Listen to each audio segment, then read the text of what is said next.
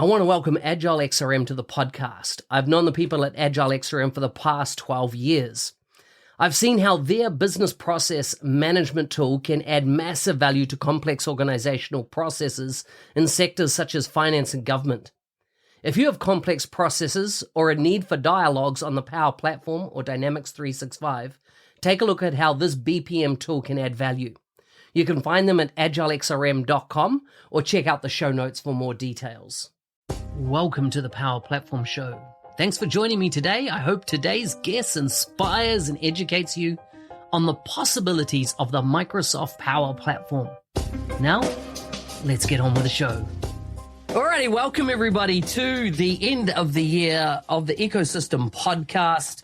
Unfortunately, Will Darrington is stuck on a train between Scotland and his home, and so is not going to be able to join us today. Well, that was the excuse that he submitted. Being that Anna works with him, she was like, that's funny, he wasn't going to Scotland today. So who knows? Maybe he's just, helping Santa with his elves. But that aside, Chris, why don't you tell us why life is so freaking amazing at the moment? Oh man, there's a lot going on.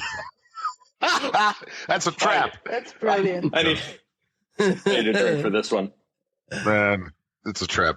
Life is so good right now, Mark and Anna and Andrew. I'm very happy today. It's been wonderful. You look like you've had a good day. I've had a shit day, but it's cool. We'll survive. No, it's just been one of those days where it's like I've had to make some decisions where other people have failed to make decisions. Yeah. That's where we'll leave it. I remember having a boss years ago. This boss years ago said to me, listen, if you didn't have shit days, you wouldn't know what really great days feel like. And so, it's part of the cycle, right? We have great days, but it's hard when you're depending on people, right? And you get let down. But we're always depending on people, right? Who's not depending on people? So I've always had this thing where I'm like, if I can't, I'm a control freak, so I'll do it myself because I know I'll do a good job. And it's just this one thing where I don't give things away. And I was like, okay, I'll give things away. I'll rely on people. And then when I do it, nope. So yeah, I'm a little bit aggro right now. So if I get ranty more so than usual, it's because I've had a shit day. That's okay. Andrew's really distressed. He had his second sip of wine. Wow. Oh no. That just means I'm behind. I'm not sure, but on the last podcast, you might have mentioned there was some announcement that you're going to be making shortly. Yeah. What are you up to? What am I up to? What am I doing with my time, or what am I doing with my life? I think that day of the recording, you were going to say something to your boss. I don't know. I don't know. Yeah. What was it? So are we talking about? We're talking about my professional choices, I assume, not my choices in patriotic Christmas stockings, right? Honestly, when you put that sock up of the stocking, of the US flag, it's the time of year where you just do some trashy things, right? And I'm not saying that that's trashy, of course. That's trashy. That's trashy. But Meg and I have been watching this, this series of, I don't even know what the name of it, but they go into these rooms and they talk with people without seeing them and decide if they're going to marry them. And then they get engaged and they haven't seen the person and then they meet and stuff. Oh my God, I love that. It's an American. Love is Blind. There you go. That's it. No. But there was, what's it Married at First Sight. Is it? Is that the Why would American? somebody do that? The room? That sounds stupid as shit, man. Yeah, the rooms. I think it is Love is Blind. The pods. Exactly. We also love that. And there's one dude, and he has American everything. He has American socks on. He always has an American flag shirt on. Yeah, he was a terrible kisser. He gave those very pecking. Yep. Yeah, terrible. We're really good with trashy TV, guys. So that's what it reminded me of. Why would somebody watch that? Honestly, because you're fried at the end of the day. You've just got your kids to sleep after hours of them not bloody sleeping. And you're just like, I cannot think about anything. And I can laugh at these freaks that go on TV and do the shit. Yeah, man. Exactly. Okay, look, I'm with you, man.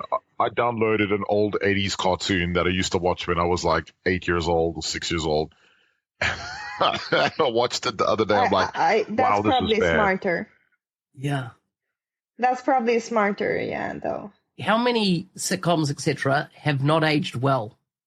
Right? As in, like, I think of Little Britain, right? Little Britain used to be my favorite go-to. Now you watch it and you're just like, oh my gosh, like the amount of racism, homophobia, Oh my God. gender stuff.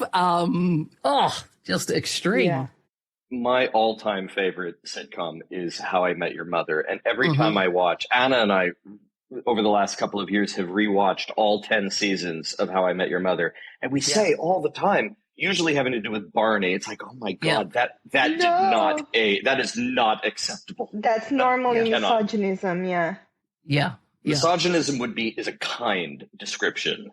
So still a great show though. Surprisingly, we watched a movie the other day, which I think is it American Pie, where he goes and puts his dick in an apple pie? Yeah. Right? Also, it's a Tuesday. And the thing is that movie we thought would not have aged well.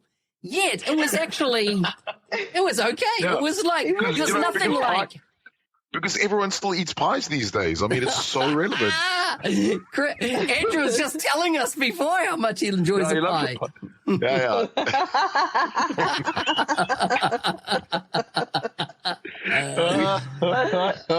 I mean, look at this. He's got no comment. It's like this. Oh, this is awesome. I love it. Back to your I just have to stockings. throw this out there. You just got taken to school by a man with baubles as earrings. That is exactly, that's the kind of man I want to get taken to school by. So nice. That's it. Tell me, who's in the most Christmas spirit? You are. That's a magical shirt. It's first thing in the morning. I haven't even been drinking. My last gin was like 9 hours ago. Wow. Right. Yeah. 39 hours ago. Yeah, well, it was the day before, right? Yeah. Right. Quit early. Yeah, man, what's your problem? Sort your life out, Mark. Yeah. Anyhow, of something I want to discuss with you all. See, Mark, that's why you're always so fresh, so full of ideas. He is the freshest man on this podcast. It's the morning. You guys are at the end of your day, right? Oh my God. Yes, I'm at the end of my tether. Like we already had a full day of work. We unpacked some because we're still moving in, right? You know, we've had an argument, we've had dinner, we've been through everything already. Is that why you're in separate rooms? No, we're in separate rooms. That's why he's got the blanket on the couch. Yeah. Right, exactly. I don't get that. Anna, was he in the wrong? Was Andrew in the wrong? On the argument? Of course he was. How, of course he was. We knew the answer before we asked the question. I mean, of course. What was even with that question? Well, see, we were talking about things that are never going to get old. This is one of the things that will never get old. Me being wrong? Yes. Nice. I'm happy to know at least that things not getting old is within my power. So I will carry on being wrong. That's my commitment to everyone. And being young. Being young. Yeah, like you said not being old. Well, we won't get old, yeah. Right. What do you think is your favorite theory on what went down at OpenAI with Sam and his firing? Because there's so much speculation and no real transparency, right? What's your favorite theory?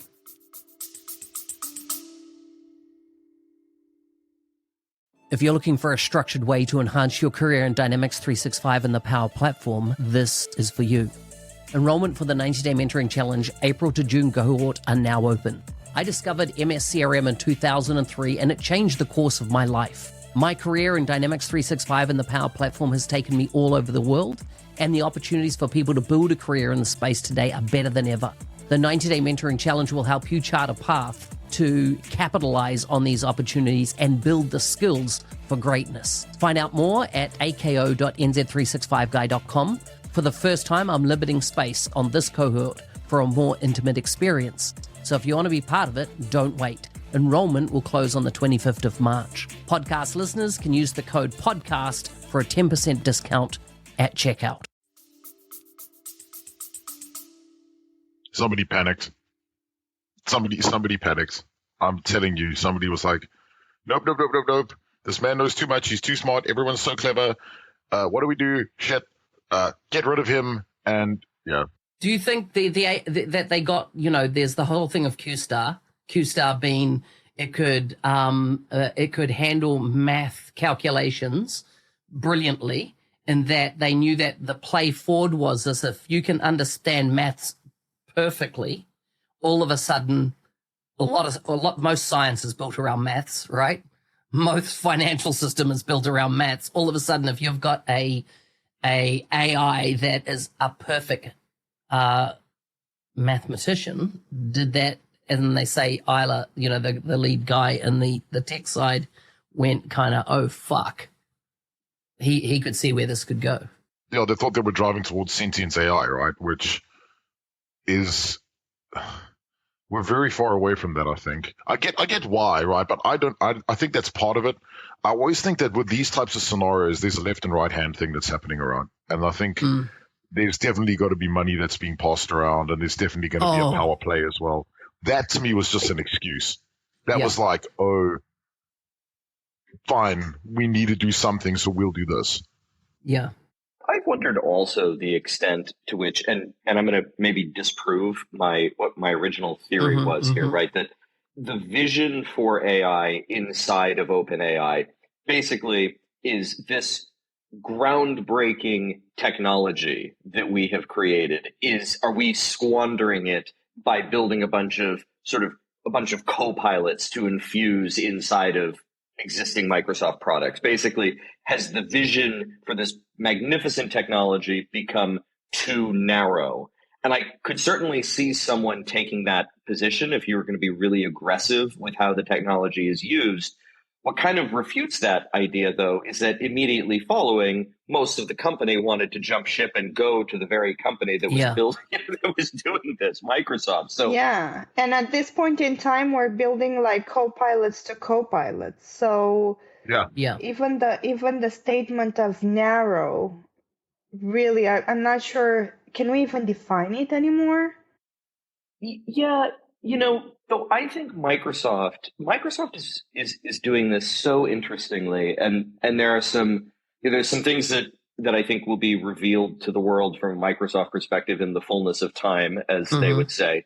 But I do think that there's lots of evidence that Microsoft is really doing a good job of balancing the co-pilots and the co-pilots for co-pilots, sort of this non-sexy, what I refer to as incremental AI, that is way less sexy than you might imagine, but still damn useful. But they're doing a really good job of balancing that investment with investment in some pretty amazing things that are not my story to tell. Again, fullness of time, but I'm impressed with how Microsoft is handling this. The thing is like, it was interesting. I don't know if you saw the podcast that Steve Mordew did with Charles Lamanna. But it's worth a watch because, there's been some confusion around, is it Copilot for M365? Is it Copilot for Dynamics? Blah, blah, blah. And the naming conventions. And I like how straight up Charles was. He was like, mate, this is moving so fast. Like, yes, we've this has been developed in flight type thing. And so, what we said back in March, we've thought about it a bit more and we're iterating on it. And I think you got to allow them the grace to iterate, right? That not everyone's getting this. It's a moving target. I mean, I couldn't believe it. We just celebrated the first birthday of ChatGPT the other day. A shit ton has happened in this past year. I get people now reaching out to me and go, how does it apply to my business? Like, how does it practically apply, to my business? And this one lady I spoke to yesterday in Australia, she's an executive assistant. And they just had a conference of executive assistants or something to that effect. And the discussion that came up is that some big research organization, like, I don't know who it was, I won't say a name because it won't confuse things, had said that 54% of all executive assistants will be replaceable by AI. And that she said it set a rocket through this community of we need to get up to speed and become experts on using AI in every part of our life, whether it's scheduling, whether it's, absorbing large amount of information and putting it into a way that's consumable for whoever they're in EA2. Like, what are all the different ways? And so, I actually did a side call and just showed all the ways that you can use it to create presentations, to when the presentation's like a one-off on the fly, an internal one, not a public-facing one, how can you look like a real guru in it, and how do you use AI and stuff? And I'm really big on practical AI. And at the moment, I feel like a lot of co-pilot stuff still sits in the realms of, wow, good demo candy, amazing. Some of the stuff, Chris, is it coming out of your team? I think we've got them on the podcast next week. It's Yes, massively it is. practical, right? And I love what they're doing in AI. And then I tell you another one. Have you looked at GPTs in OpenAI? I went and took and I created a GPT I took the 700-page Success by Design document, fed it to it, right? And now you can just query it on anything. Give me an example of an ERD. Yeah. It builds it out in Python for you, right? And showing relationships and explain to me, and it does it. And it's because it's trained on that. And then this week, Microsoft, over probably the last 6 weeks, they've dropped a shit ton of playbooks. I don't know if you've seen these come up. Yeah. Heaps of playbooks for anything, for Azure architecture, for ALM, best practice, and I'm like, all those you can now put into your own. You don't have to make it publicly available at GPT. Just use it for your own team. Take all that body of knowledge, put it in there, and keep feeding it over time. I think you'll create a valuable internal resource for, I'm just thinking, take RFP responses. Creating really articulate answers to the questions that are absolutely on point, that don't go into things like, hey, your staff, have they had a background check? And, do you vet your staff before coming into the organization? This is the correct answer. This is not the correct answer. I think it's really important to go, how can we use technology? You like that, Andrew? That's a private joke, by the way. If you haven't worked it out, we're not going to go into details of it. So trying to get myself serious about this again. So I told you guys earlier that I just finished yesterday the copy for a white paper that I've been working with some folks from Microsoft on, and the assumed title is going to be Crafting Your Future-Ready Enterprise AI Strategy. And the whole let's when we get back together in January, we can dig into the paper itself. But basically what it's meant to do is to walk technology leaders, CIOs, CISOs, CDOs, and, for that matter, chief financial officers, their teams as well, to walk big organizations through how to build and then execute and action their AI strategy, rather than just like, I want this and I want this and I want this. Chris, can we get some raptor hands on that? Thank you. So, exactly.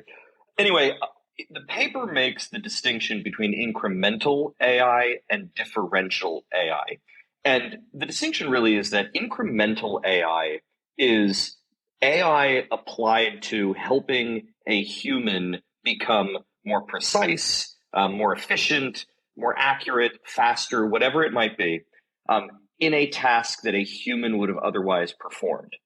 And that's where a lot of the co-pilots fall in. Whereas differential AI, we could think of that as being aspirational or sort of moonshot AI. Those are the things like DeepMind's AlphaFold, that AI model that they built, or some other really interesting things that I've seen about classifying and interpreting, pouring through more medical data than any one human possibly could take on in order to extract diagnoses and patterns based on where people live and sort of other factors like that. And the reason that I think, at least right now, that this is an important distinction between incremental and differential is because organizations need to be looking at balancing risk across their portfolio. the differential AI are the bets that are less likely to work out, at least in these early days. So you need to kind of adjust the risk tolerance within the organization for how much do we want to implement that's going to make a real impact for us, making us more precise, more efficient, faster, whatever, versus what kind of experimentation do we want to do? What kind of impossible problems do we want to take on? And I think that to me, that's a useful model for kind of looking across an organization's portfolio of AI investment. I think that's really cool and very useful because we've already been talking about so many types of AI, and I don't know, this has been recording for like 15 minutes and maybe we talked about 5 minutes about real stuff and not, marital dispute. We've already mentioned so many types of artificial intelligence, and it just makes me it just makes me think, like, do you guys think, yeah, that is my favorite wine. It is. Do you guys think that like there's a real business to be built here? Because I'm still dealing, I don't know about you, but for people to look at differential AI, that's like super overwhelming. So what Mark was saying earlier and showing someone how to build like a presentation or how to feed any sort of AI engine a set of materials. Can you imagine like to be able to ask a licensing question and someone to come up with an answer? Like no one can come up with answers about licensing in Power Platform right now, right? Or no one I know, at least. I definitely cannot. So that's really, really important. This way, it's more tangible for people to go ahead and read Andrew's paper and think, oh, I can actually come up with some sort of AI strategy. I can actually do that. And the other thing that's really, really interesting is, like you were saying, Mark, the grace to give people the chance to iterate. And that's not just for artificial intelligence strategy and work, but that's for everything. Do you guys still work with people who are like, no, I need to see a plan, and the plan needs to it needs to have certain steps, and we need to have a high level of confidence with it, and you better take into account all risks and considerations and mitigation scenarios, and only then are we going to be able to build on something. So there's no iteration space there at all. Yeah. And that's just not reality anymore. Like, how do we deal with that? Or flexibility in thinking. That's right. This, I think, is a really important principle that, again, I'm sure we'll get into more when we dig into the paper, but particularly in differential AI, organizations are going to need, and I'm not thinking Microsoft and Google and partners, I'm thinking, the customer organizations. They really are going to need to make some serious changes in how they budget and manage and measure the effectiveness of their IT investments. Because if you treat development in AI the way you treat the implementation of a new ERP, you're cooked. You need to treat your investment in what is at this point still an experimental technology, not because it's not brilliant and not advanced, but Mark, based what you were recounting Charles and Steve's conversation about how we don't know exactly where it's going and it's a moving target. What you need to be doing is you need to be putting a few chips down, structuring the work in a way that, hey, I need to see some sort of result in the next 2 to 4 weeks, and then we'll decide if we're going to put more chips down. And you also need to have the discipline to walk away from something that isn't working out, either because the technology is not there yet, or I think because the data that you have to train the model isn't there yet. But you need to have the discipline to walk away from a sunk cost as well. Yeah. But, it was interesting you said if you treat it like an ERP, or it's not going to work. And I'm just wondering if a lot more companies should be taking on the idea of we need to do our own internal R&D on how this applies to our organization, and think of it like that. We need to do some research. We need to develop our ideas. We shouldn't just be going, let's jump on the bandwagon and implement AI. I think there needs to be a lot more room for research, as in and research how it applies to your business. What are the use cases that are going to work? Because it's not like anybody's just woken up and I've got a million use cases for this, right? It needs the context of your data and the outcomes that the business, wants to drive.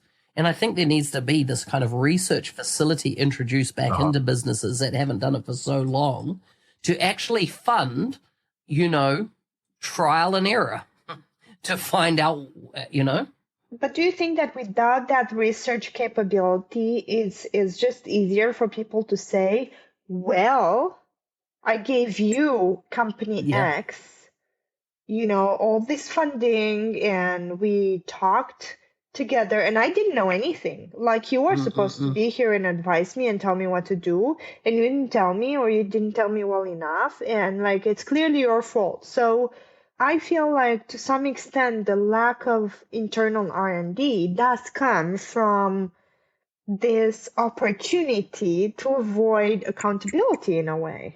Yeah, valid. It's quite scary, actually. I think it is really scary. Like, we have this whole thing where I'll try and give you a scenario, right? Like, do you remember? Oh, man, this is years and years and years ago when Microsoft Office was released. Okay, like one of the versions. Let's just pick 97. Okay, that's an easy one, right? I was really sad that Microsoft Works was going away at the time, and I was just, yeah. Oh, damn. And when they released it, there were no R&D departments. People were like, like this is a business productivity tool we have to use. Like, it's just something we know we have to use.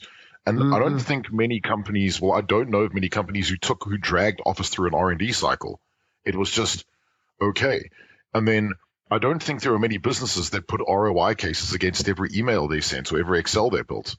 They were just like, this is a tool we have to use. Like, it's something we have to use. Let me tell you, with AI right now, we are lucky we have a prompting screen, because in 2 years' time, there will be no prompting screen. This will happen to you, right? So if R&D parts of the organization that exist now, like innovation and R&D, which is why I am interested in innovation, if people don't start taking this stuff up, like, actually, it's going to be far more detrimental than they even know, because this will happen to them in their business without any research or any plan. Okay. And I think, like, Anna, you made a good point, right? Like, it's up to us to tell people this. Unfortunately, there are people that don't listen, but that's on them, right? Like, we can only say as much as we can, right? And I think, like, that R&D function has to be paired with a return on investment function, but it can't be on every single little thing you do. It has to be on the wider story, and actually, like, productivity. What does that mean? So that's just what I've started to see, right? So when we go into companies, we actually tell them ROI per use case is bullshit, because it won't work. It's the same as low code. Like, we will ROI every one of our 25,000 apps and flows that we make. Crack on. Good luck. Yeah. you will destroy the R if you do that. Yeah. Right. There's some statistics that I've shared in a number of presentations recently. Chris, I think you were there when I shared these at the Emergency Services Tech Show in Birmingham. Great presentation, by the way, dude. Really strong presentation. Thank you. And I think that these are so interesting. So and I have to read these specifically so I get my numbers right, but in the United Kingdom, between 2010 and 2019, there was an 11% average worker productivity rise in the most productive firms, whereas the least productive firms saw no rise. In Canada, productivity growth tripled in the most productive versus the least productive firms from 2000 to 2015. And in the US, the 75th percentile of firms, so if you look at the firms in the 75th percentile in terms of their investment in R&D and modernization and technology, they enjoyed a return on invested capital 20 points higher than the median. And that gap had doubled since 2000. Yeah. So the reason I love these three statistics is that it bears out that the organizations that are spending and spending wisely, right? Not just spending kind of randomly and haphazardly, but the organizations that are really deliberately investing, that have a strategy, around R&D and then taking that R&D and making use of it are really starting to pull away from the median and certainly from the least productive firms. And I think what is happening here kind of behind the scenes is that we're seeing this two-tier economy emerge where you have the firms that are doing this wisely and are making smart investments and actually taking R&D seriously, and then everybody else. And the metaphor that I like here is the fable of the boiling frog, right? You take a frog and you put the frog in boiling water. The frog recognizes that the water is boiling and the frog jumps out. But if you put the frog in room temperature water and then gradually turn up the temperature, the frog doesn't realize until it's too late. And what I think is happening here is that many firms they're that frog. The water is starting to boil around them, but they don't realize it yet. And they don't realize that they're sleepwalking into the wrong side of the two-tier economy. And you're talking about large organizations. What about everything that sits in the SMC space that's not even thinking like this at the moment, or anybody that's sitting in what's the space below SMC? SMB. Yeah. But you know what? It's really easy now. Actually. Even for SMC, SMB, and without a lot of research capability or energy or whatever, and I'm not saying that there isn't going to be that huge difference between firms who do their research and like plan and have a strategy and vision and organizations who do not. But I'm saying it's just so easy to adopt new technology now because the new technology is very adaptable to the old stuff. So let's just say you've been working on a project for like the past 5 years. Yeah, let's just say you're doing that. And you're using some old tech. Like maybe you're still using some on-prem even. And, some of the functionality may be very manual, etc., etc. You really just need a few folks to pay attention to Ignite and then Inspire and all these big conferences and take some notes away. And with the capability that technology has right now, you are able to start including some of that new stuff, such as, I don't know, Fabric or some of the artificial intelligence capability, even if it is not the co-pilot that you install on your new organization and then you need to move your data to North America, et cetera, et cetera, et cetera. It's still like the opportunity now to adopt technology and to be able to start doing a bit of research is enormous. You no longer have to plan and like put money aside for the last quarter of next year. That's when we're gonna start doing it. You can do it right now without a huge amount of investment. Yeah. And that's what's fabulous from my perspective. As of May, so I agree with you, Anna, and I think that one of the things that you should always be doing, right, in business is looking at what your competition is doing, or in some cases, what they're not doing. So I'm sure this statistic is somewhat outdated, but as of May, 40% of American small businesses reported being uninterested in AI tools, right? Well, what that does is that creates a mind-blowing opportunity for the 60% of small businesses in the United States that are interested and maybe are going to seize the initiative to act. And I think an interesting companion study to that, Donna Sarkar got me turned on to this study from the Boston Consulting Group. And I'm not as conversant yet in those statistics because I haven't shared them in multiple conferences at this point. But basically the gist of one of the findings in this study is that AI is actually tending to benefit the people, kind of the median performers, right? AI actually is statistically bearing out right now that if you're an average performer, AI can help bring you up to the level of productivity and the level of performance of the top performers. So there's oddly a real equalizing opportunity here that probably will be on the whole pretty good for humankind and Right. for like the working professionals. I don't know. I don't agree. That's exactly what I was trying to say. Oh, I like that. I like when we don't agree. Chris, convince me. No, Convince this me, is Chris. dangerous. This is a lawsuit in the making. That's fair. I know where you're going. I know where you're going, and that's fair. I think that Donna is very hot right now, and for everyone who wants to learn a little bit of AI, all they need to do is like follow Donna. Yeah, just follow Donna. Just read everything she posts. Yeah. It's so funny because when Andrew, Donna, she's so hot right now. when I went to Oh, God. when you were talking there, Andrew, and you mentioned Donna, in my mind I was going to mention Donna because of one slide I saw she had up somewhere over the last week, where it had, if you're looking at the AI landscape, 40% of it is around data. I love when you say data. And you might remember that graphic, and I have the slide. I'll pull it up for you. Oh, I love a good slide. Bring me the slides.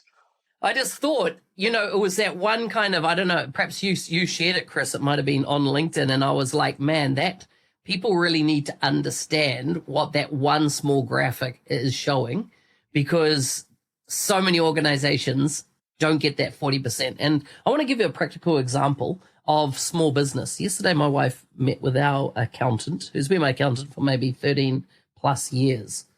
And she was discussing our new business activities and what we're doing in our own business. And he didn't realize that, the stuff that I'm doing in AI and stuff. And he was like blown away by the lack that they have in the accounting. And he's got an accounting firm of about 30 odd staff, and massively concerned that they're going to get left behind. And when Meg was telling me this, I was just riffing in my mind, what would I do in that scenario going in? And if I was to do a talk, to a small accounting firm, and straight away they do a survey at the end of a financial year to every one of their clients. It says, a whole bunch of questions, qualifying questions about how their tax is going to be sorted out and stuff.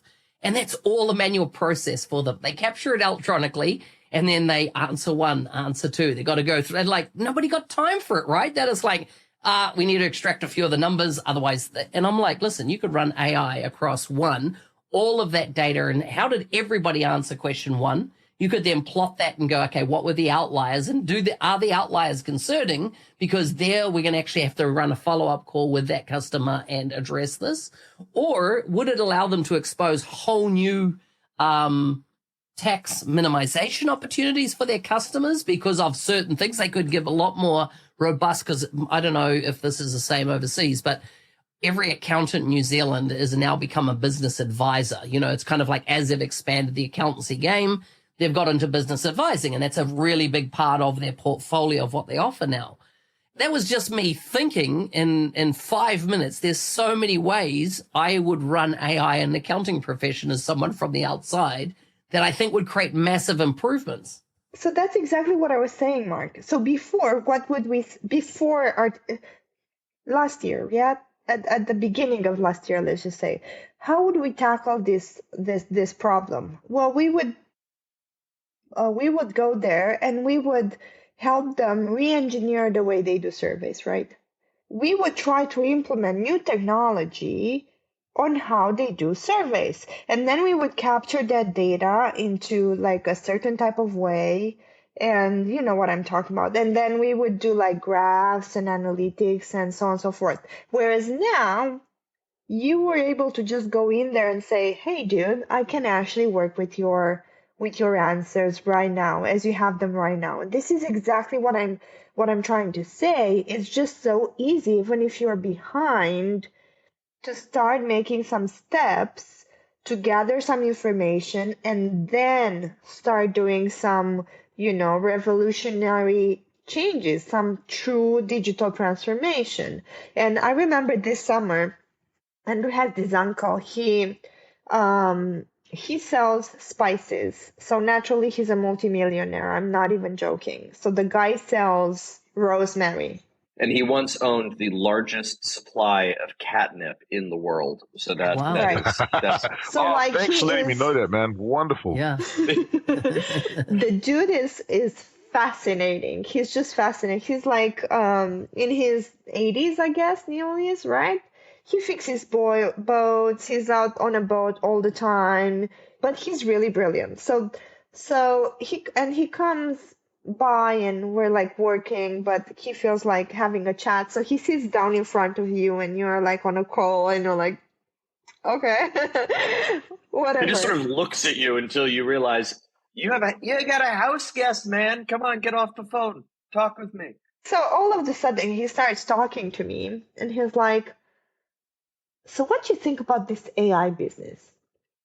Like super startled, like the guy sells rosemary on the internet. Like not but anyway. I'm like, oh Neil, how do you mean? Like what side of AI?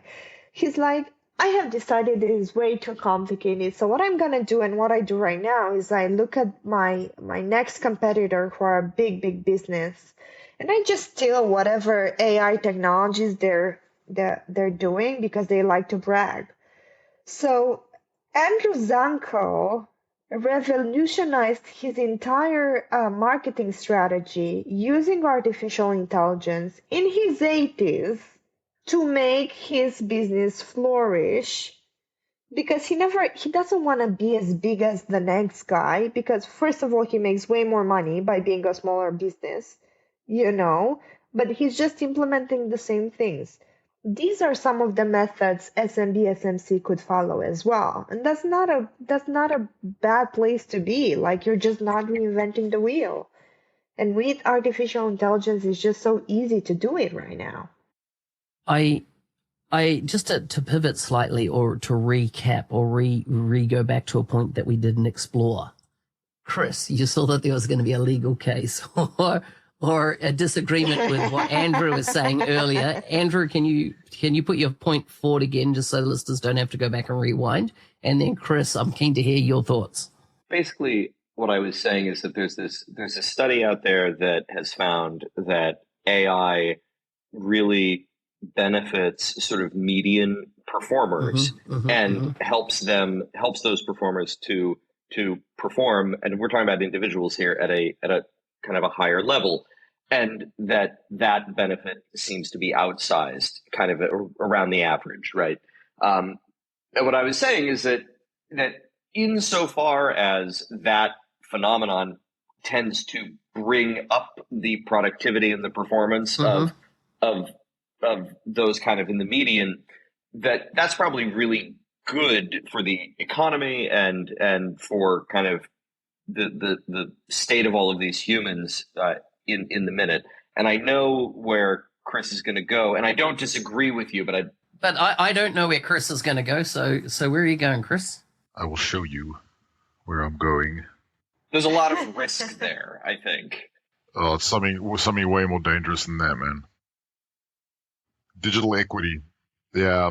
So what's going to happen is that when you look at the way in which AI is released across companies, there's a problem where you're going to have, let's say Andrew and Anna, you're both in recruitment, right?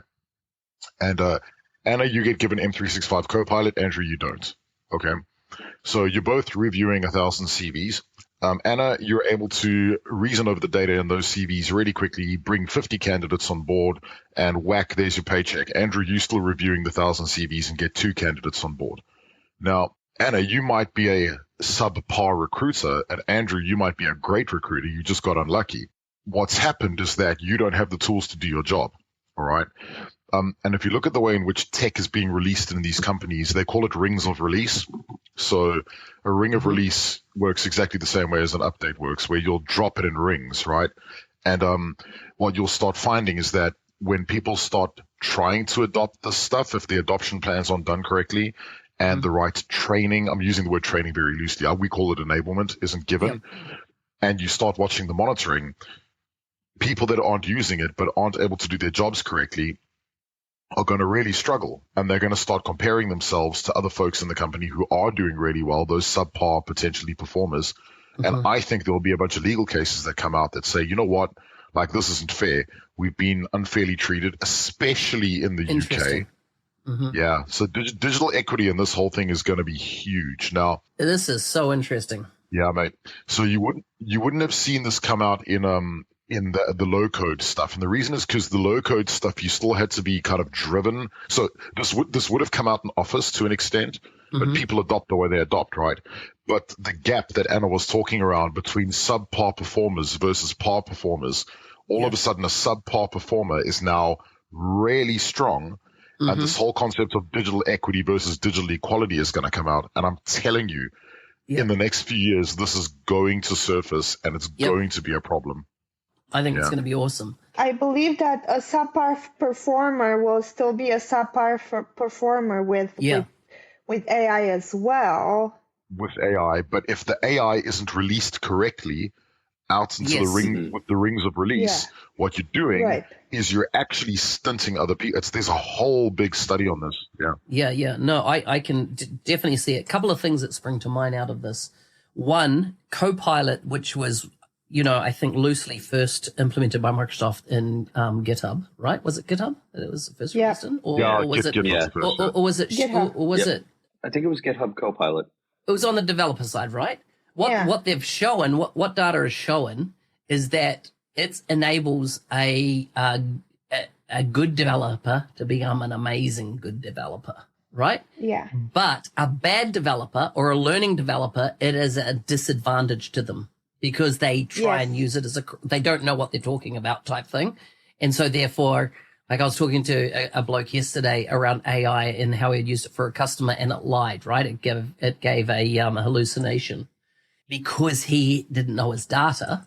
He didn't know it was hallucination, right? Yeah. And the customer came back and said, what the freak is this?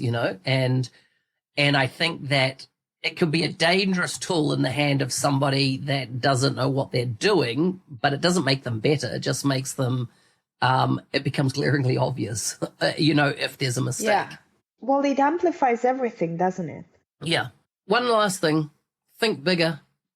I saw it on your slide there, Chris. It prompted me that I've seen a bunch of your team on LinkedIn with the Think Bigger jerseys on or hoodies or whatever. Oh, yeah. It's obviously an internal thing. What's it all about? I think we could easily negotiate this. Really, really easily. So what's Think Bigger about? Tell me.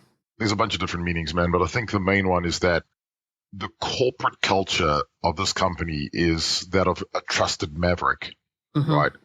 So what we try and do is we try and do stuff like really differently. The whole idea is that like we want to disrupt, but positively, and we want to do things a little out of the box. So when people are driving down the left lane of the highway into the line of traffic, we're like, well, why? Go the other route, like do something different, do something bigger. Yeah, it's been interesting, man. I think the culture is really awesome. And I think that's why we've been allowed to go down the route of actually productionizing things in AI. I mean, you're going to talk to John and Mike, I believe. Yeah.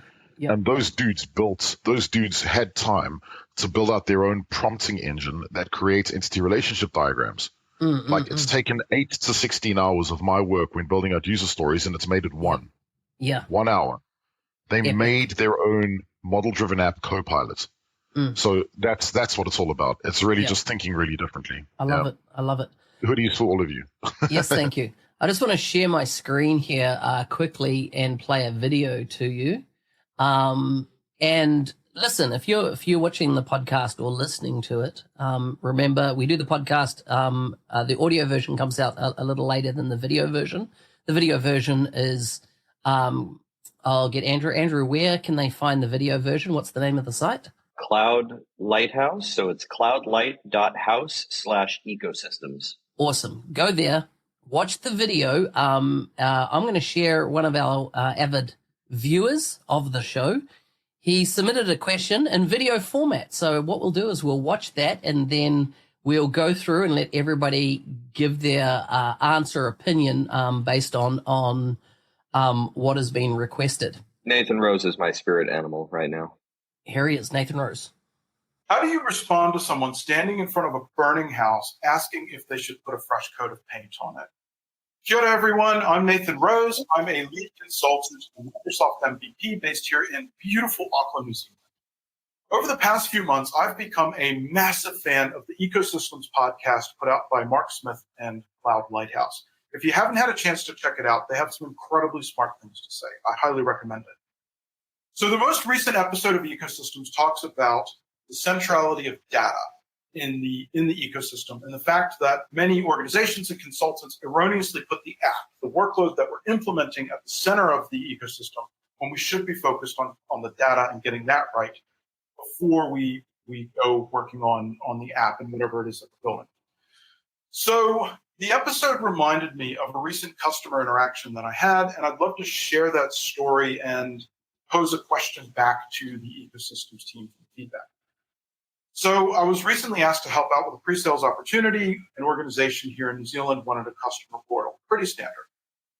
I was asked to attend a late-stage meeting with the customer. They're most of the way through the sales process, and they just need someone there to answer any potential technical questions that pop up. You know what this looks like. You're not there to challenge, probe, or otherwise rock the boat. You're just there to answer specific questions that they have. So over the course of this meeting, the customer's lead architect says, we're actually in a really good position here. The core system you're going to be hooking up to is custom built on-premise, and the one person who understands it has been with this organization for over 3 decades. Yeah, that was said in 2023. So alarm bells are flashing at this point because while the customer feels their greatest need is for a portal, the reality is they have this antiquated core business system that is presenting a massive amount of risk to their organization. And the purist in me would love to do nothing more than stop the meeting and say, time out. We can't talk about anything else until we've addressed this core business platform. You have no business talking about a portal until we've addressed and fixed this core business platform. Now, anyone who's worked in consulting for more than 5 minutes knows why this is a terrible idea. The customer's stated felt need is for a portal. There's budget for a portal. There's attention for a portal. They don't want to talk about anything else. The core data system is out of scope. It may be on a technology roadmap somewhere in the organization, but it is not a priority today. There is no attention. There is no budget. So my question back to the Ecosystems team is this. As a consultant, how do I navigate that natural tension between where the customer is focused today, where there is budget today, where they will do things today, versus where they should be focused? And how do I ensure that I don't lose those opportunities that I have today to work with the customer while ensuring that I am taking them towards where they need to be, the things they need to be focused on? In this case, this core business system that is presenting a lot of risk to the organization. Look forward to hearing your thoughts. Can't wait for the next episode. Thanks so much for watching. Wow, what a great story and what a great question. I love it. Oh my God. Yeah. So why don't we just go around the room? I was like, I'll say mine first because so somebody doesn't else say it. But let's not do that. Let's Chris, let's take your view on it. You've just seen that fresh. What are your thoughts? What would your guide be? And of course, he explained something very specific in that the challenge you have as a, he's been brought in and the salesperson has told him. Oh my God. And they've read the riot act, right? Don't fuck this deal up for me. Right. Right. All you need to do, if they have a question, answer that. Because I've been in a situation where I've gone, this is wrong. And I've been caned afterwards by the sales rep. You didn't need to go there. You didn't need to. I'm very big at calling out elephants in the room, and I've probably become more aggressive the longer my career has gone because it's created good outcomes, right? Anyhow, before I go down there, Chris, tell me your thoughts. I actually got into trouble for telling a customer to not buy PSA years ago. I told them, I sat in the room, I got absolutely spanked afterwards, but I'm like, why? I don't believe in the product. It's shit. Like, I don't buy it. Sorry. I mean, that was good advice. Yeah, right. Thank you. I've had some recent experiences, but it was dynamics for HR. We'll just, yeah. But the point was, and he's like, okay, and I do want to do the best thing here for the customer. However, how do I not miss out on this sales opportunity right now? Yeah, this is hard. So in my role, right, I'm effectively a pre-sales person. Okay, so like I'm responsible for both selling and consulting. That is legitimately what I've been doing since 2010. Okay. So I get where he is, right? And I understand why he's in the position. So I do something, and I can only speak from my own experience, right? Because I'm like you, Mark. I have zero problem telling people that this is a shit idea. The one example I want to give you, and then I'll tell you what I think about this, is that recently I was working with a firm in the UK, and they told me that somebody had architected a solution on top of SharePoint. Now, and it was private information, PII, and I said to them, it's SharePoint for a reason. And I said, absolutely not. And what was funny was that I was watching the bottom left-hand corner of the screen, and one of the solution architects, she was shit hot, man, so good at this stuff. She was like clapping. Okay. In this scenario, right, this is a double-edged sword. You have to consult. If you want to be a trusted advisor, you have to consult. You have to tell them that they have a much bigger problem than X, right? So let's just get that out the way. I don't believe that a sticking plaster is the right thing here. You have to tell them that actually you have a much bigger problem than this thing, a temporary thing or a tactical solution to help them, okay? But you say, look, we will do a tactical thing that will help you here to do X, Y, and Z. However, your biggest problem is this. And if you don't do this, that solution is null and void anyway. So I would hit it from both angles by being a consultant and telling him the truth, but also saying, look, from a tactical point of view, we can solve the immediate problem with something like X. Okay. But you would have to bring them together, and do not lie. Like, that is the one main thing. If you see a problem, you have to point it out as an advisor. Interesting. And I think how you point that out is going to be critical. Andrew, what are your thoughts? One thing that I want to point out here first is that I appreciate the difficulty of the situation, and not because, listen, you have a technically smart person who wants to kind of offer the best advice, and you may have a conflict with the sales motion that is happening. But I mean, that is a difficult situation. But I think that kind of is one of those things where you can boil that down to what's the right thing to do for the customer.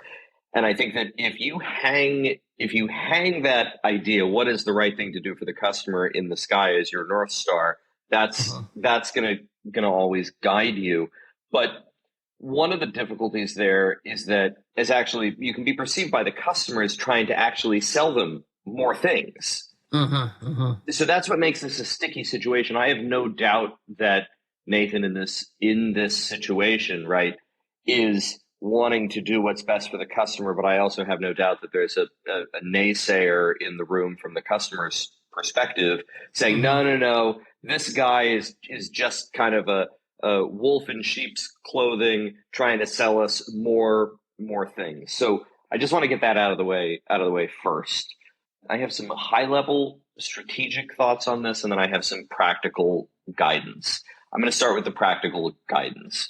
I think that if you have as your North Star that you always are trying to do what is best for the customer, even if that is at the expense of a short-term sale, I think that the way that you need to present this is that you need to take on the persona of an educator, not a salesperson, and not even an architect. I think that you need to say, listen, I appreciate what you're trying to do from a short-term perspective. You have an immediate problem. We need to solve that.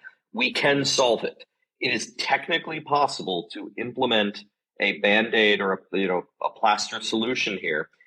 Here are the benefits of it, and I think you need to be sincere in acknowledging that the benefit is we're going to solve a very immediate problem for you. But here are the downsides. The downsides are that we are putting a Band-Aid over a much bigger problem. We should be, in an ideal world where time and money are no object, this is how we should solve the problem. And I think that over time, that is the way to earn the trust of the organization that you're working with, and they might be internal to you. You might be part of an internal IT team giving guidance to your business colleagues, like your business or your operations colleagues. So I always think that when you have to present bad news like that, the best way to do it is to do your very best to take on the persona of an educator, of a mentor, of a coach. Like, I'm here to coach you through what I acknowledge and understand is a very difficult decision where you have to weigh immediate need and cost and time and all of these sorts of things. So that's my very kind of practical answer. Nice. As a companion to that, I think that this is why ecosystem-oriented architecture and taking a more strategic approach to your cloud investments is so important. So, we've been talking a lot. I mean, this podcast this is the Ecosystems Podcast. So we talk all the time about ecosystem-oriented architecture. What is happening, it sounds like, in the scenario that Nathan presented, is a very point solution, kind of old-fashioned way of looking at things. What I would try to do if I were him and if I were in that situation is I would try to guide that customer towards saying, hey, listen, I totally get why you're trying to do what you're trying to do.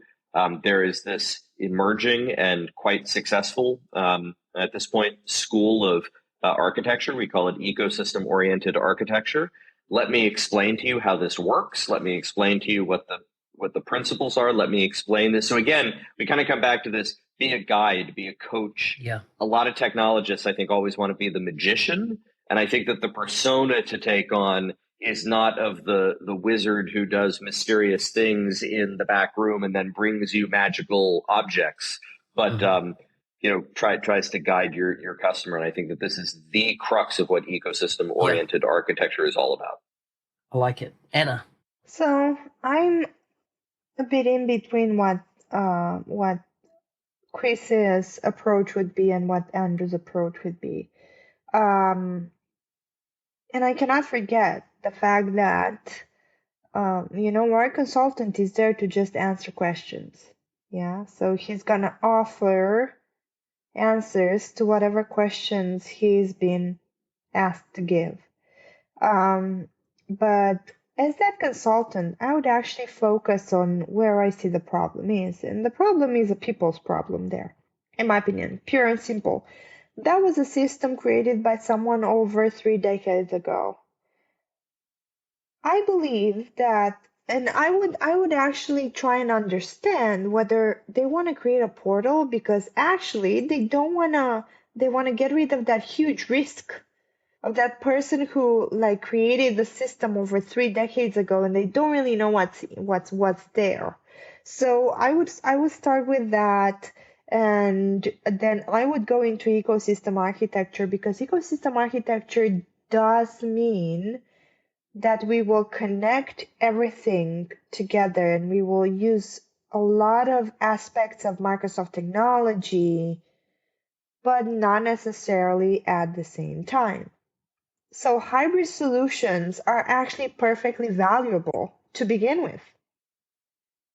I would try and prove value like that, and sort of bring out the fact that really what you're looking for is not necessarily the best solution, but we could get there by using, all of this rich technology that, ecosystem, the Microsoft ecosystem offers us. And whilst doing that, we would alleviate some of the biggest risks that they have, which is, again, a people's problem.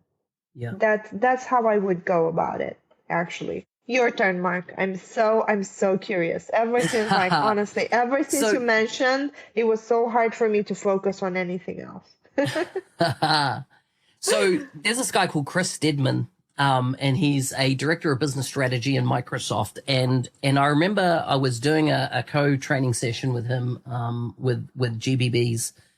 He said, you got to understand when people come to us and they buy our technology, this might be something they've done once before in their lifetime or in their career, maybe twice, right?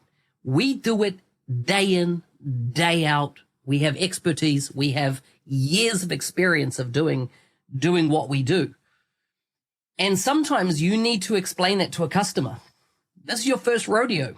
This is my 1,000th rodeo, right? There's things that I have seen that I'd like to bring to the table here so you don't make the mistakes that we see. And you got to do it in a very humble way, right? It's not about, look at me. It's about going, listen, you're in good hands because I've got experience.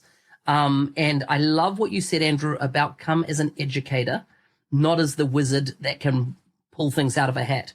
too much in IT has been sleight of hand wizardry in people's experience, right? In that, oh, my password's not working when you're on the help desk, and the guy's like, tap, tap, oh shit, the service needs to be rebooted. I'll reboot it and go, can you try that again? And they enter it. Oh, you must have made a mistake, when they just know they started a service, right? Sleight of hand shit that IT has been doing for years to make people feel that they're dumb when it comes to understanding IT, because the IT person doesn't want to lose face. So you got to be careful, right? That's why you got to come as the educator. You got to come as humble. Now, I think also tying in what Anna has said there, I would have go through a meeting like that and show that we can absolutely deliver what they're looking for. And then I just had it with a car manufacturer recently on an RFP. They had asked for all the stuff in an RFP. In this case, they wanted a Dynamics 365 sales implementation, right? So they wanted a CRM, basically all I'm saying behind the scenes here. They went and asked all the stuff, blah, blah, blah, tick, tick, tick all the boxes at RFP. We go to orals, we present, and we show that we met everything. And then I said, so there you go, 100% meet your specification. I said, but can I just bring up some stuff that you didn't ask about that I think is really important to your organization? And then I went into another 5 to 10 slides around all the stuff that they didn't know around advancements and technologies that applied to their business that would have massive impact. So one of the examples were there was going to be a call center involved. And I said, listen, if we put biometrics on the qualifying of somebody calling in, we will shave a minimum of 3 minutes off every operator per call. Let's look at the cost impact of that, right? Shit, didn't even know this technology existed, right? And so by the end of it, they were like, oh, actually, we need to adjust our RFP because, so in other words, we said we could deliver, and then we said, hey, but here's, like Andrew, what you said, but here's the power, here's how we think about platforms and ecosystems and things like that. Because, and then, the other stories I would add in, the bus effect, right?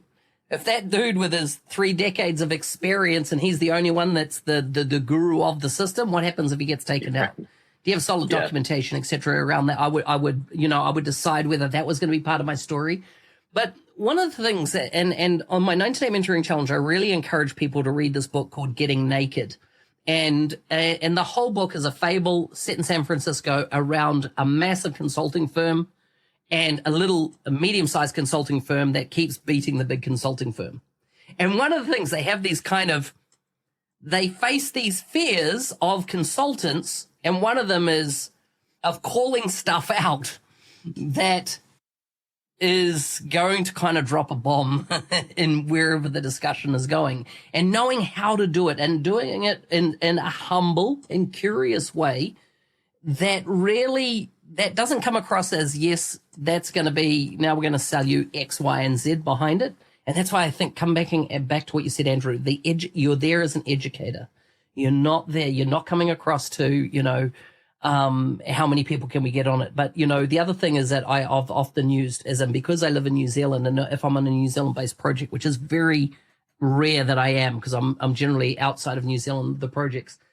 But we had an earthquake here. And in that earthquake, companies disappeared because their data got totally wiped out right on premise, because their buildings got crushed and destroyed, and let alone the human toll. And then I use 9/11 as another reference. How many businesses had their data sitting inside one of the world towers, and that got wiped out? And this is how I go into why cloud is important, why redundancy, why geographical redundancy is so important. And when you're in a country like ours that has a high rate of seismic activity, you're only too aware of a news or article of why a proper redundant strategy is important. And anything on-prem that's important to the lifeblood of a business these days, I'm like, yeah, I'm super. So those are kind of the different angles. I think that the key, though, is understanding that people conversation, understanding that you're there to educate.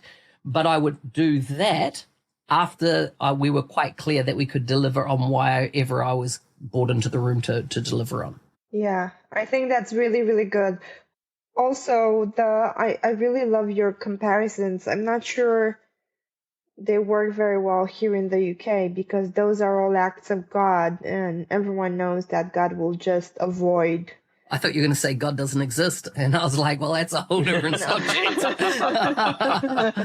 No, but like this is like, yeah, that stuff would never happen in Great Britain ever. So you'd never get floods in Great Britain? You'd never get a snowstorm that cuts off power for days? Or I mean, yeah, we do, but even those are not like people don't bother themselves with such thoughts, I feel. Yeah, valid. I'm surprised the place doesn't flood more frequently. Me too, actually, me too. But That's because even the water doesn't want to be here.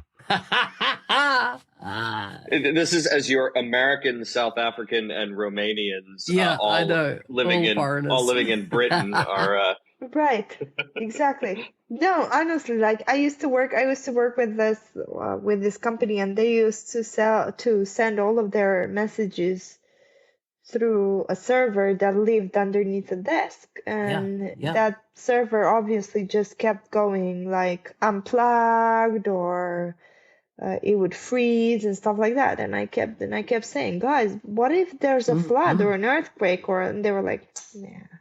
Can I share just sort of a funny story from my earlier professional days that Anna, you just reminded me of?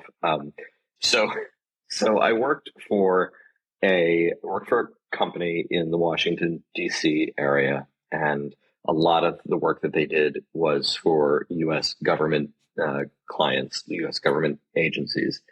And one of the practices that's very common there is that when someone reaches someone who's been a government employee and they've been a senior employee and they kind of reach the end of their, and I was quite junior. I was young, but anyway, one of the practices is very common is that they'll hire a senior person away when they retire from the government. They'll go to work for private sector. And the whole reason 100%. Is that they have a lot of knowledge and, they have a lot of connections and whatever. 101 consulting, as in big consulting companies, right? Yep. Exactly. Hire someone with the relationships that knows where knows where all the bodies are buried. This guy was named Wayne. And Wayne. What was his last name? I do Wayne as well. Actually, Wayne. I did have a colleague named Wade as well at another point, but this guy was named Wayne. And Wayne, one day, he calls me over and he says, "Hey, I'm really struggling. Can you help me with something?" And I say, "Yeah, sure. What is it?" And he said, "Well, I've noticed that you send emails very quickly." And I asked him a few follow-up questions, and he said, "Well, what I really would love to know is, can you send an email? Can you send an email to more than one person at a time?" Wow. And I was like, "Wayne, how are you doing this now?" And he said, "Well, when I want to send the same message to multiple people, I type the message and I send it to someone. And then I copy and paste that message into a new email and I send it to the second person." And I said, and you do this as many times as needed in order to send it to the group that you want to send it to? And he said, "Yeah." And I said, "Okay, so I'm going to show you. So you just type the email in and you put a comma in or a semicolon in, and you can put another person." And he said, "And can I put 3?" I said, yeah, you can put 3 in as well. Anyway, but the point is that this was a very formative experience for me in my, in the younger part of my career, in that I think that what it taught me is to not take for granted that everybody knows even the things that you think are the most simple things, and to kind of approach that with a degree of humility, which is difficult, right? Because what I wanted to do is I wanted to die laughing and call every single person I could call to tell them the story. Instead, you waited for 20 years and you told the internet. Yes. Instead, I've waited for almost 20 years to tell this story. It's true. That's solid gold. Absolute solid gold. Yeah. And that just got me thinking. The CC field, right, stands for carbon copy, right? In a BCC blind carbon copy. To most people in the modern world, if I ask my kid what a carbon copy was, what's a carbon copy? Like, isn't it funny that those terms have come from 20, 30 years ago of technology that you'd never use today? Do you remember the movie Big? Tom Hanks, Big, where he sort of swaps with his kid or something? Yeah. Yeah, he's a kid and he becomes an adult overnight physically, but then he's got, so, and I remember he goes to, I haven't thought of this in decades. He goes to this, to this employment shop or whatever, kind of placement and, or file for unemployment or whatever. And the woman behind the desk says, fill this form out in triplicate. Give me the pink copy back. You'll hear from us and you'll get a decision in 6 weeks. And now I'm just thinking, who even knows what triplicate is? It's like the disk icon as well. Like, why does save? Dude, I was just going to bring it up. Look at that. Yeah. Oh, wow. That's cool. That's so cool. You do have an interesting set of tattoos, Chris. Thank you. As we draw to a close and wrap up, a couple of things. Christmas gifts from Microsoft. What are you getting? What do you got? What are you thinking? For me, that's a good question. For me, it remains fabric. That's the Christmas gift. The Christmas gift. I think fabric hitting general availability. That's like the bicycle or the set of skis under the Christmas tree. That's the big ticket, ticket item. I have a stocking, I'm going to call it a stocking stuffer from Microsoft that I will share. That has gone really under the radar, and it's obscure, but I'm really geeked out about it. Has anyone heard of integration environments? Anyone seen this? No, I have not. That's news to me. Okay, so integration environments, and you'll hear why I am so geeked out about this, is that it's part of Azure Integration Services, and the idea is that very similar. So if you're in the Power Platform world, you're probably very familiar with environments and solutions, and how environments really allow you to logically group components, so apps and a data model and tables and everything and then to build ALM on top of that, and to build security on top of that, and so many things. So think the same principle with integration environments for Azure Integration Services. So what integration environments allow you to do is you can establish a logical boundary. And I think it's in public, it might even be in private preview right now, but the supported components are, I think, service bus, queues, logic apps, and functions. Maybe those are the supported components, and you can you build these and you load them, you group them logically in your integration environments. And I think that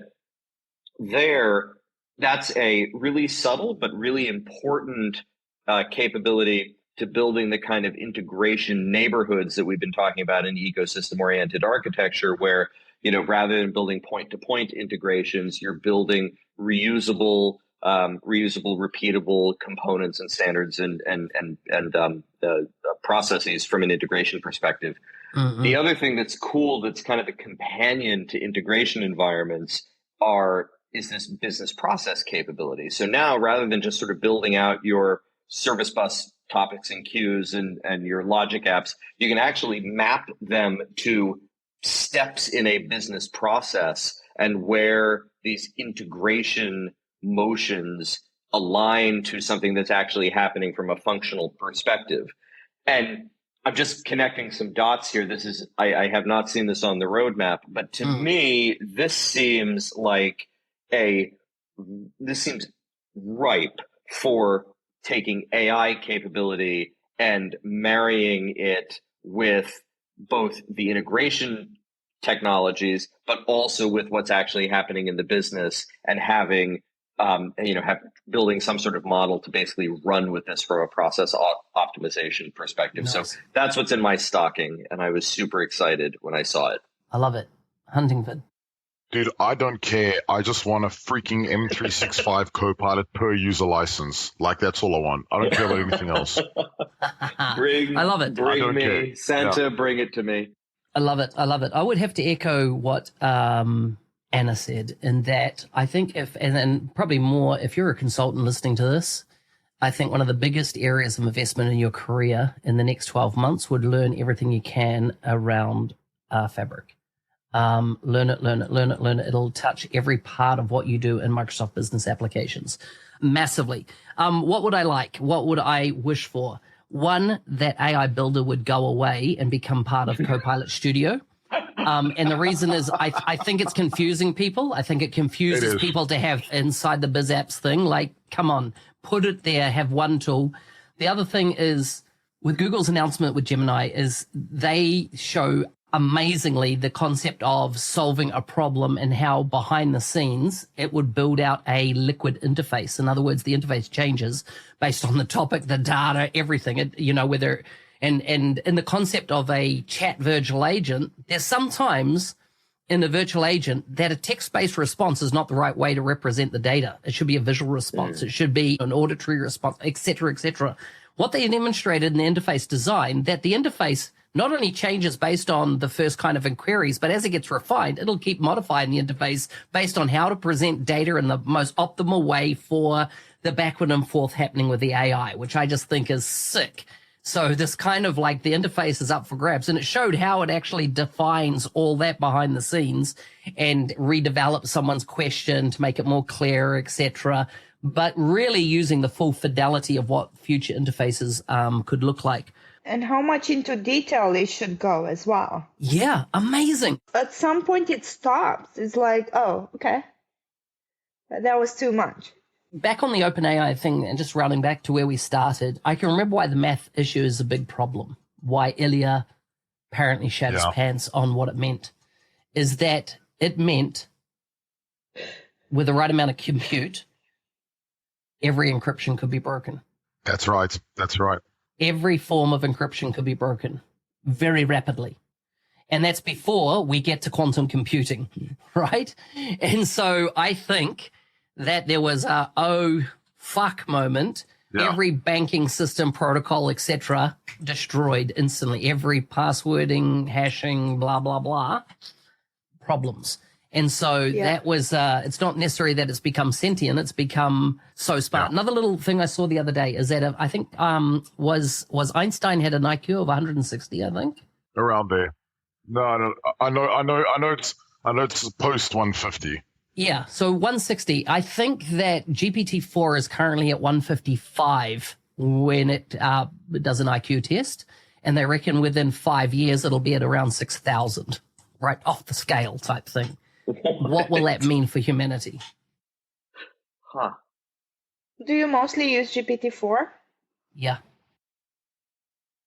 Yep, and my own GPTs. I've started developing my own GPTs, so just for personal, right? So personal use stuff. Being able to, I'm doing some training at the moment for some Microsoft staff, and I do a big case study. What I was impressed is that the speed that the Microsoft folks just took my PowerPoint, which let's say 10 slides of facts, size of organization, turnover, all this kind of data I have in there of my fictitious case study. And of course, it leads into all the various sales plays. So based on your role doing my training, you could see where you were going to take the story. The speed that they just dropped that straight into AI and had it summarize and be absolutely concise, I'm like, that's smart, right? If you're working in, agile supply chain or something like that, the speed that you can ask questions to what are the top 5 challenges in this industry right now, and it goes out and gives you reference to the challenges. We needed a demo recently for an organization, a government organization, and it's a big organization, dealt with the military, and the speed that I was able to find out their challenges out of news items and stuff in the public domain the last 12 months, and then to play that back. I understand these are probably some areas that you're facing challenges with inside the organization. Bang, bang, bang. And everyone's just like nodding. And I'm like, I would have never had time to research all that shit. right? Yeah, I just exactly. sent it out, Right. got it back. Right. I validated the references, like read enough to go, yeah, okay, it's not bullshitting. And then played that back and then going, hey, if I was to build into a solution, what would be their And I was just able to create, going to the old ERD way. I start with data and model out what I think the app should be. The speed that AI accelerates all that and allows you to turn around and do a demonstration to a customer where they're like, fuck, you've already built this. No, just amazing. But you need to know about it as well. I just did just a little thing, and I asked it some questions, and I just wanted to create a little project to see if something would work or not. And to be fair, the results I got were 70-30. So 30% of the stuff that I got back was not accurate, was in fact incorrect. Either because it was old information or because it was information from AWS or Google Cloud. What model were you running? Were you running GPT-4? I was not. Yeah, I find so many people are farting around 3.5. It's 3-year-old. Like, don't touch that. Yeah, pay for the proper version. Get on the latest stuff because honestly, I can tell the minute I haven't, the settings are switched back because the answer is such bullshit. I'm just like, fuck. Yeah. I'll reprompt it. Here's the other thing. I think everybody should be doing at least 5 prompts a day. Oh, for sure. That could be around image creation. It could be anything. You need to force yourself and go, what are my 5 prompts today? Because I think if you want to learn AI beyond doing courses and stuff, you need to actually fucking do it every day. So it becomes like muscle memory because your prompts get better and better. You're like, I know how to position this. Often, like, my wife will look at I'll come up with it and she's like, wow, that's an amazing output. I'm like, but look at the prompt. Look how I readjusted it. That's how I tuned it, if you like, to get to that point. So you do, as you say, you have to know stuff, but I think you got to get really good at going, sometimes, and there's so much data in the political arena around this, the way you ask a question totally influences how it gets answered. Totally. Right? And I think what AI does now affects that massively. And then you can't forget what it told you before, or at least, okay, not GPT-4, but it can actually forget. The window's a lot, the memory pool's a lot larger now. Yeah. Right. So if most people are using that and are a bit disappointed and are like thinking, what are these people talking about? AI is pretty shit still. Yeah. That's because you're on the old version. You're on the old version, yeah. Yeah. You're in the embryo version. It wasn't even born. Embryo version, that's right. Right. It hasn't even been fertilized. Oh, sorry, it's actually only the egg and sperm phase. You're not even at embryo yet. I mean, it's not that bad, but yeah. I had an experience recently where, and it had been a while since I had the need and the time to sit down and build an app. And recently I had a need and I made some time to do this. And I sat down with Power Apps Copilot and I just started to converse with it. And it got some things right in terms of the data modeling. And then I got to, I needed to create some status reasons in this table. And I said, listen, I need some status reasons, and I need my inactive status reasons, my active status reasons to be A, B, C, and my inactive status reasons to be X, Y, Z/Z. And what Power Apps Copilot came up with was an active status reason that was A, B, C, and then one other inactive status reason that was X, Y, Z. And I was just like, to hell with it. I deleted the whole thing and I built it from scratch. I was like, you're not ready here. I was very disappointed, but I do think that there is a degree that everyone, kind of from an end user perspective, and that's what I was in this moment, was an end user or a developer end user. You do need to be a little bit skeptical of the results that you pull back. I don't know. Maybe it was running on 3.5. Maybe that was my mistake.